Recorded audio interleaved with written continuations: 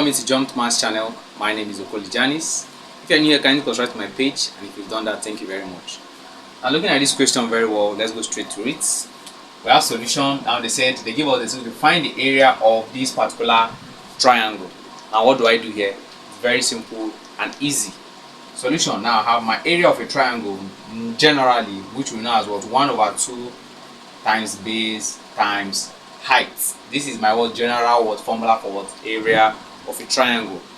Now, if I'm using this particular one that has a theta as 40 degree, the theta here is 40, which is P. So I'll now say sine 40. Why did I put sine 40 degree?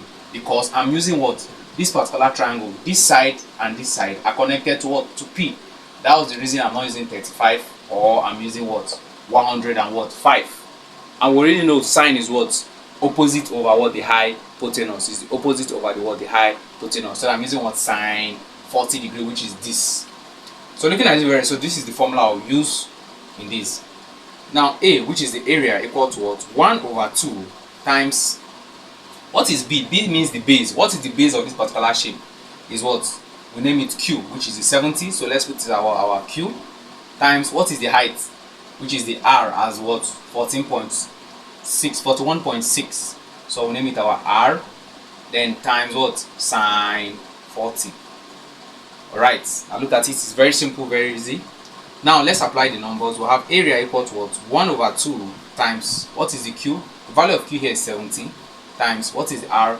The value of R here is 41.6, times sine 40. Sine 40 degree. Now let's come to this part. Now I have as A equal to 70 times it by 41.6. 70 times 41.6 gives me 29, is 2,912.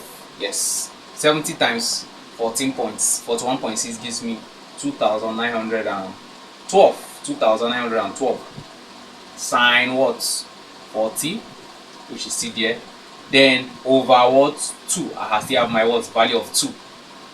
Alright, so my A equal to, which is the area, then I have it as 2,912 times, then my sine 40 is 0.7451.